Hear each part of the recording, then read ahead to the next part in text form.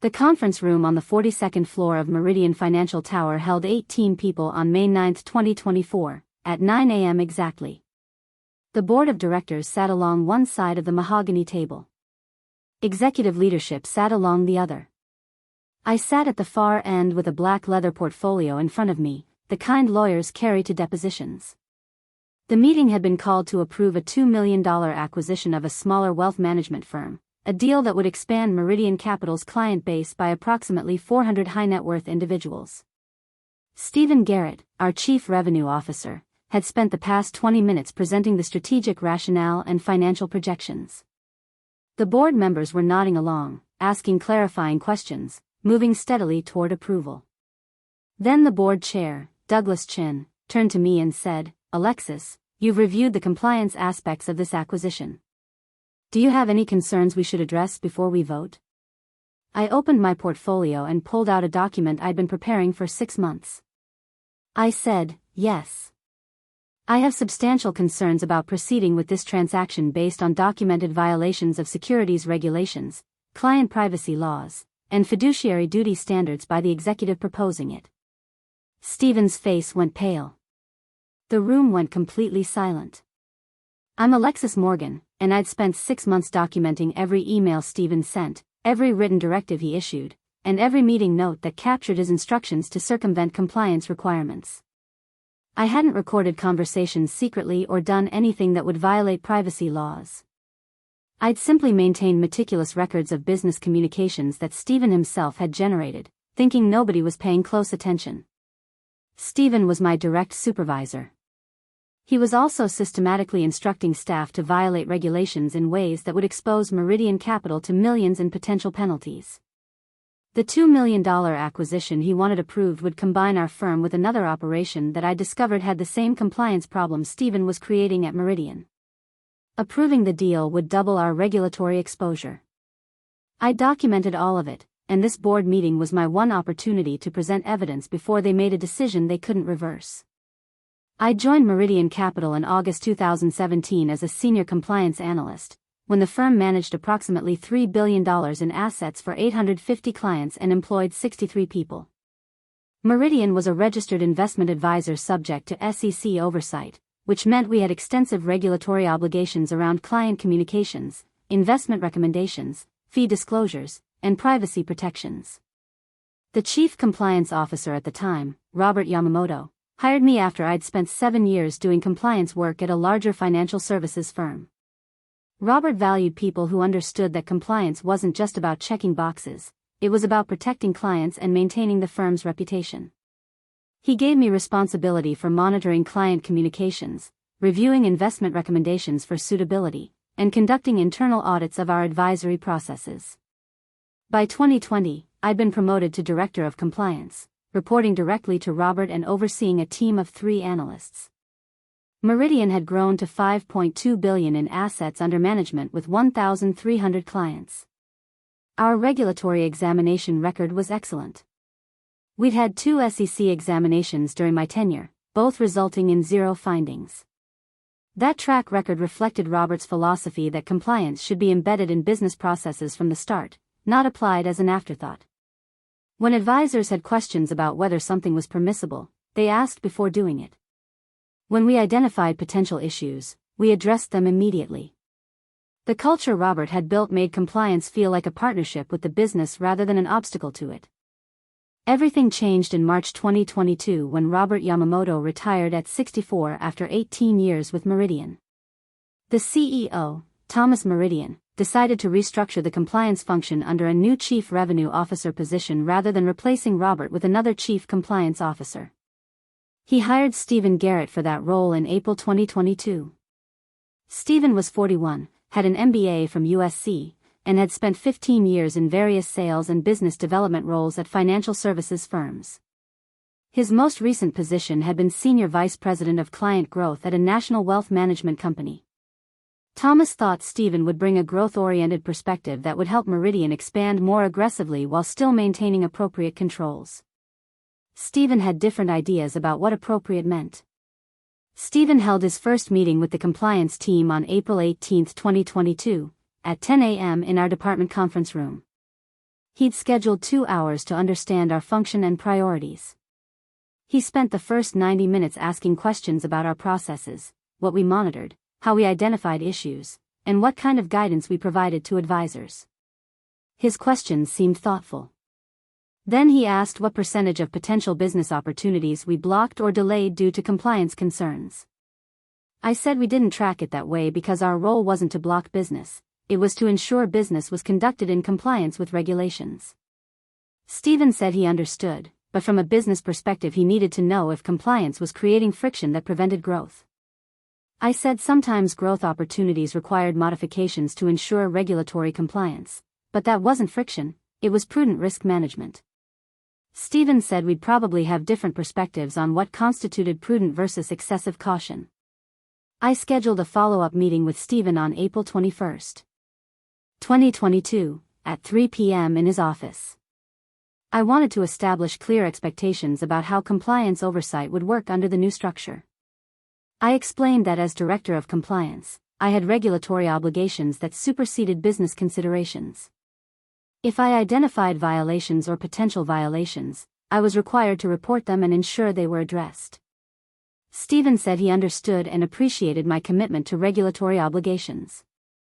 Then he said something I noted carefully in my meeting notes. He said, "Alexis, I'm not here to undermine compliance, but I am here to make sure compliance doesn't become an excuse for not pursuing legitimate business opportunities. There's usually a way to accomplish business objectives while staying within regulatory boundaries. I'll expect you to help find those ways rather than just identifying reasons why things can't be done." I said I'd always tried to provide solutions, not just identify problems. Stephen said good, we'd work well together then. Over the next 3 months, Stephen's approach became increasingly concerning. In May 2022, he asked me to review a proposed client communication about performance results.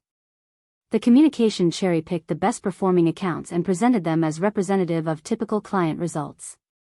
I explained this violated SEC marketing rules prohibiting misleading performance presentations. Stephen asked if there was language we could add to make it compliant. I said we'd need to either present performance across all similar accounts or clearly label these as non-representative selected examples. Stephen said that would undermine the marketing effectiveness. I said marketing effectiveness couldn't come at the expense of misleading clients.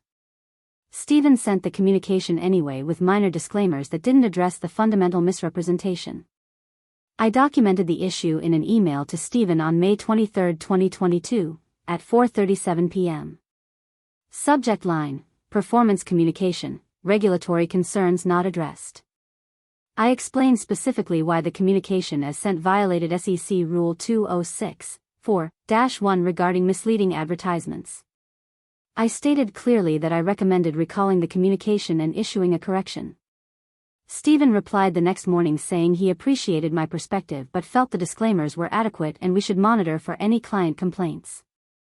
There were no complaints, which Stephen cited as evidence that my concerns had been overstated.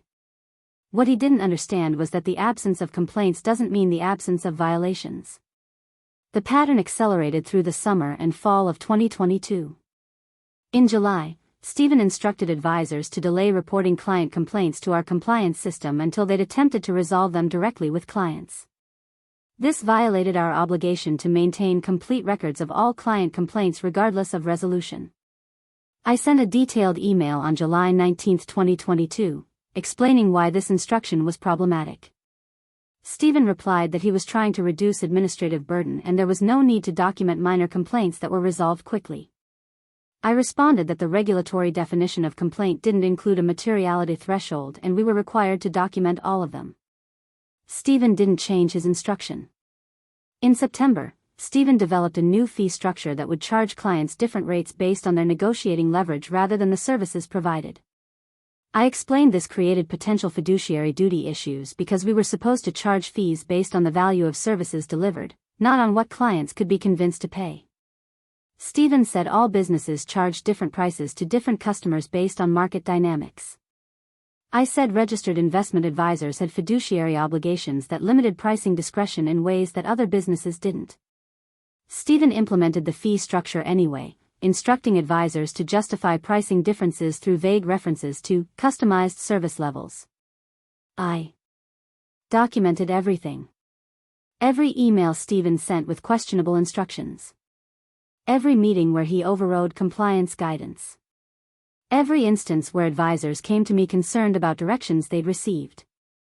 I kept these records in a secure electronic folder separate from our regular compliance files, organizing them chronologically with notes explaining the specific regulatory violations each item represented. By October 2022, I had 37 separate documented instances of Steven issuing instructions that violated securities regulations, client privacy requirements, or fiduciary duty standards. The situation with the Sanderson account in November 2022 was particularly egregious. Howard Sanderson was a 76-year-old retiree with approximately $3.8 million invested with Meridian. His advisor, Jennifer Wu, came to my office on November 8, 2022, at 2 p.m. looking upset. She said Steven had instructed her to recommend that Howard move a significant portion of his portfolio into a proprietary investment fund that Meridian had recently launched. The fund paid Meridian substantially higher fees than the low-cost index funds Howard currently held. Jennifer said the proprietary fund had higher expenses, more concentrated risk, and no performance history that would justify the switch for a 76-year-old retiree focused on capital preservation. She'd told Steven it wasn't in Howard's best interest. Steven had told her that her job was to grow assets in Meridian's proprietary products and that she needed to find a way to make the recommendation sound appropriate. I met with Steven on November 9, 2022, at 9 a.m. I explained that instructing an advisor to recommend an investment that wasn't in a client's best interest was a clear fiduciary duty violation. Steven said he wasn't instructing anyone to make inappropriate recommendations. He was instructing advisors to help clients understand the benefits of Meridian's proprietary products. I said the instruction Jennifer received was to recommend a product she'd concluded wasn't suitable. Steven said Jennifer needed to think more creatively about how to present the benefits. I said creativity couldn't overcome a fundamental suitability problem. Steven said he'd handle it with Jennifer directly. Steven sent Jennifer an email later that day. I saw it because Jennifer forwarded it to me. The email said, "Jennifer, I need you to prioritize moving suitable clients into our proprietary funds. This is a business priority. If you have concerns about specific situations, we can discuss, but the overall direction is clear. Let's focus on solutions rather than obstacles." Jennifer asked me what she should do. I said she should document in writing that she believed the recommendation wasn't in Howard Sanderson's best interest and refused to make it. Jennifer did exactly that. Steven removed the Sanderson account from her book of business 3 days later and reassigned it to another advisor who made the recommendation Steven wanted. I documented the entire sequence in detailed contemporaneous notes, including copies of all emails. I sent Steven a formal memo on November 18, 2022, explaining that the Sanderson situation appeared to constitute a fiduciary breach and that I was obligated to escalate it to the board if it wasn't remediated. Steven responded by email saying I was overreacting to a routine business decision and that he had confidence the recommendation made to Howard Sanderson was appropriate. I checked the documentation. The advisor who'd made the recommendation had prepared a written suitability analysis that was generic and didn't address Howard's specific situation or needs. It was exactly the kind of check-the-box compliance approach that created liability rather than prevented it.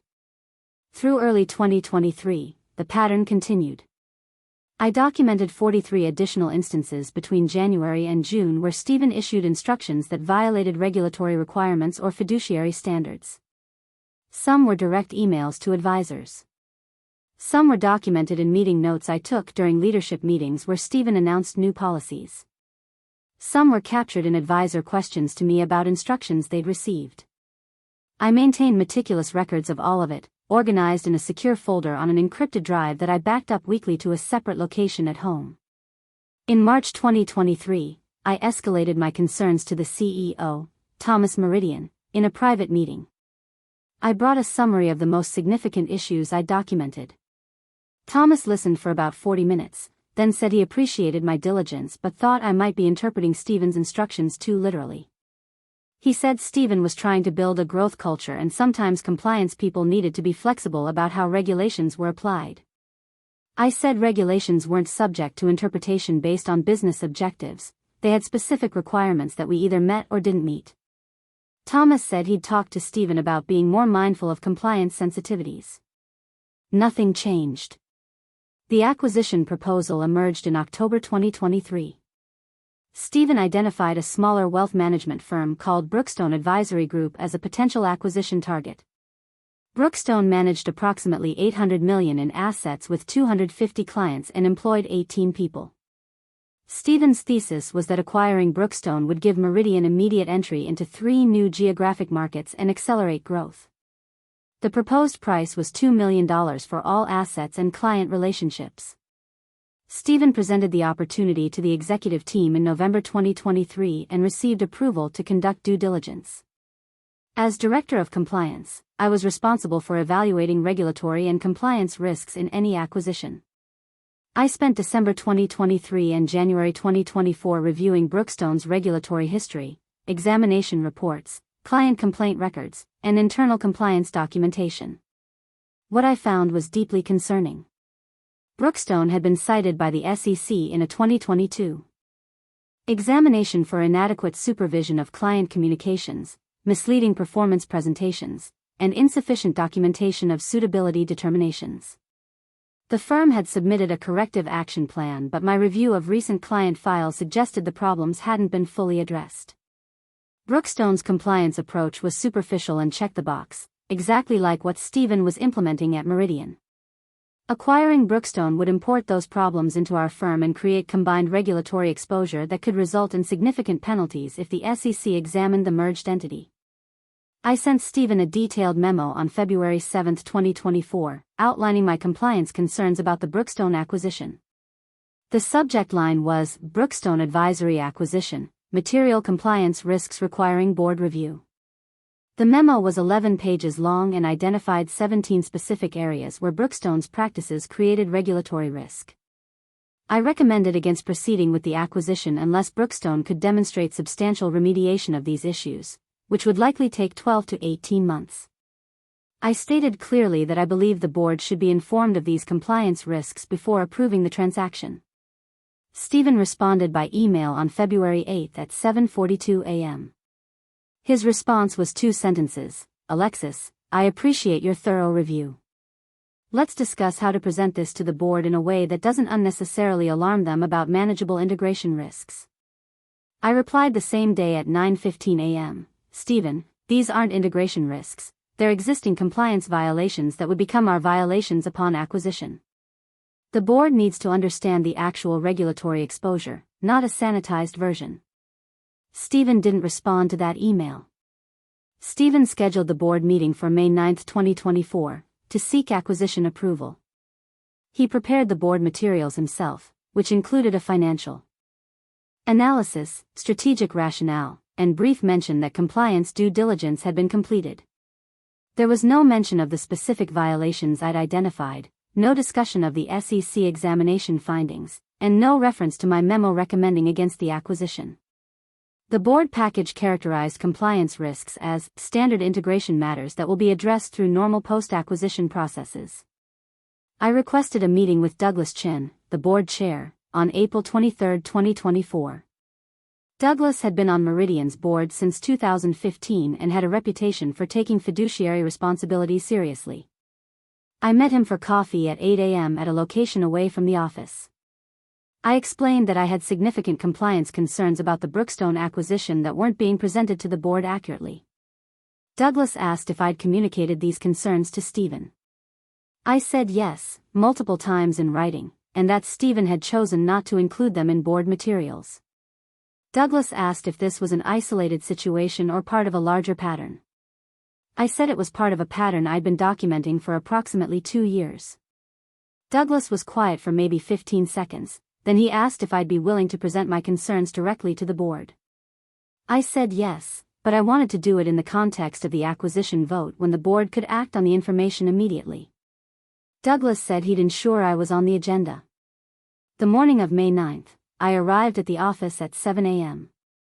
I printed 2 copies of my documentation file.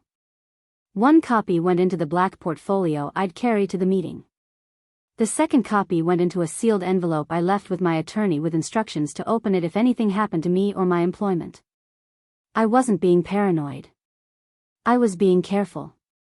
By 9 a.m., I was sitting in that 42nd floor conference room watching Stephen present his acquisition proposal to a board that was about to approve a $2 million transaction that would double our regulatory exposure. When Douglas asked me about compliance concerns, I pulled out the first document from my portfolio.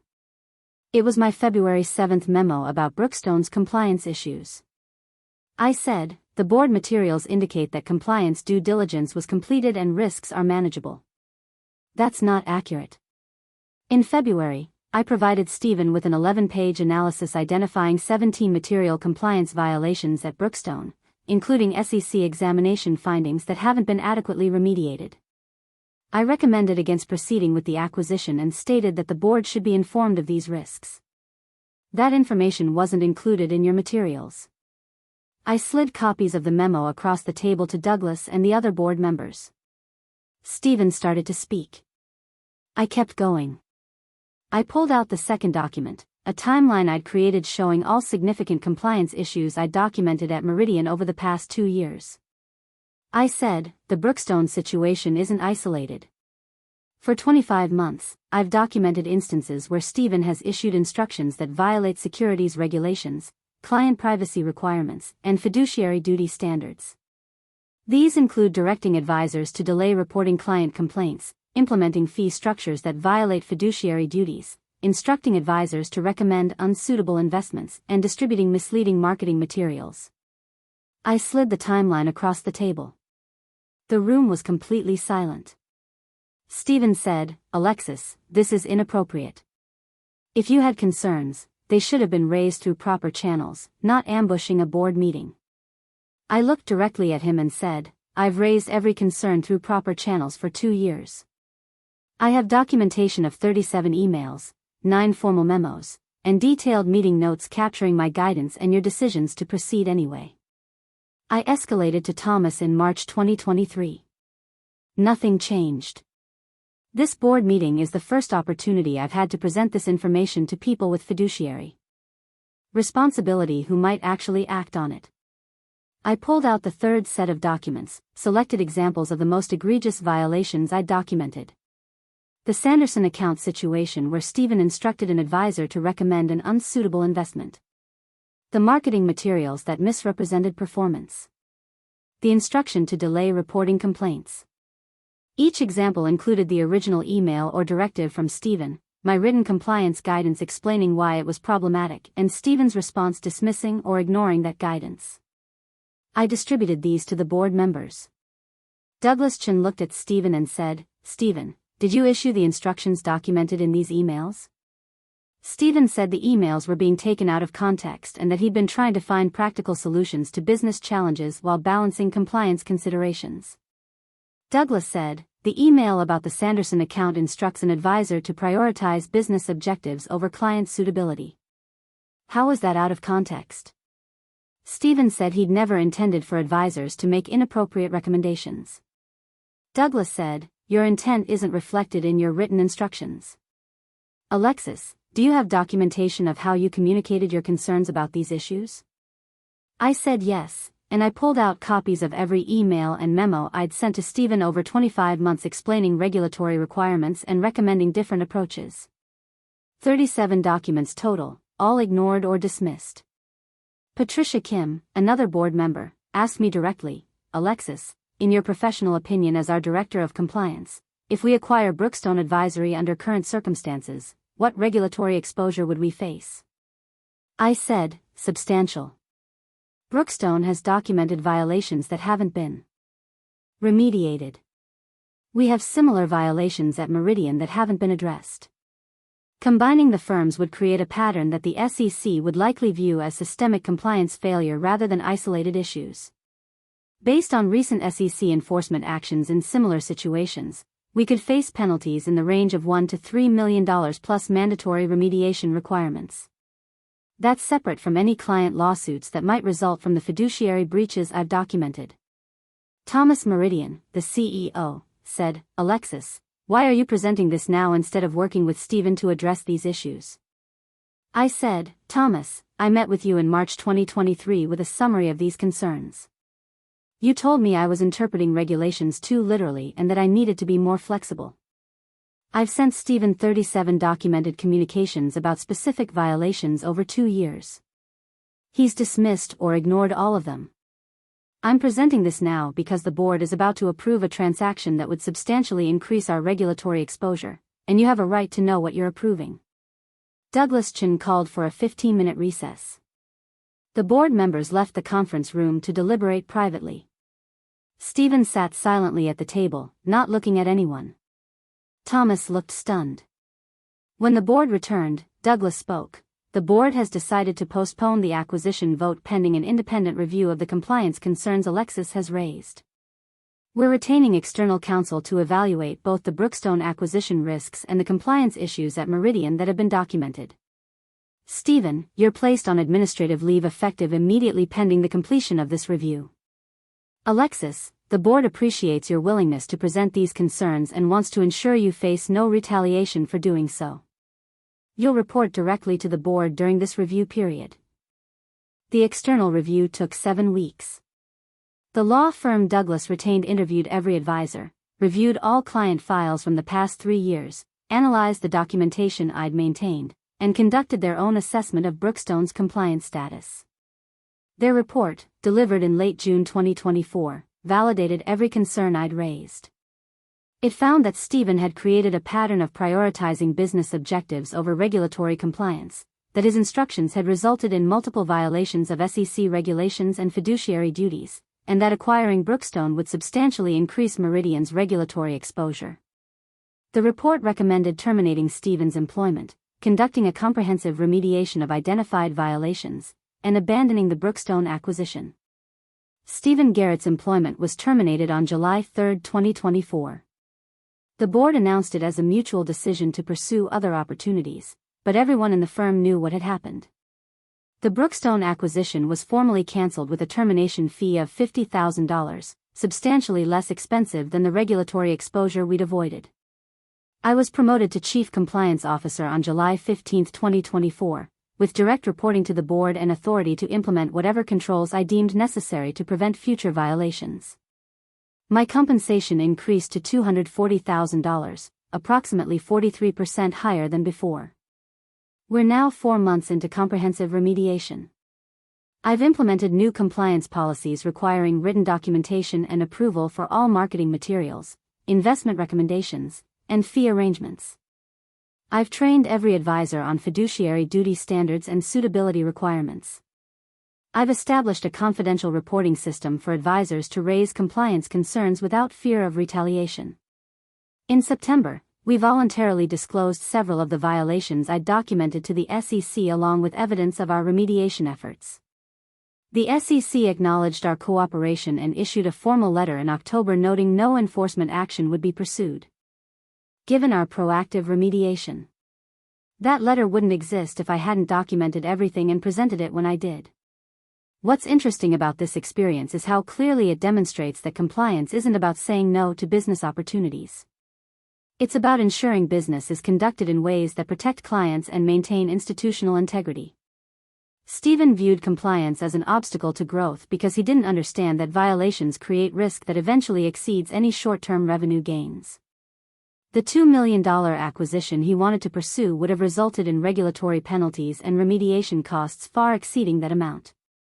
My documentation didn't block growth, it prevented a catastrophically expensive mistake. Here's what I learned from 25 months of documenting violations and one board meeting where I presented them. Documentation creates accountability that verbal disagreements never can. Stephen could dismiss my concerns when they were just conversations. He couldn't dismiss emails with specific regulatory citations and documented violations.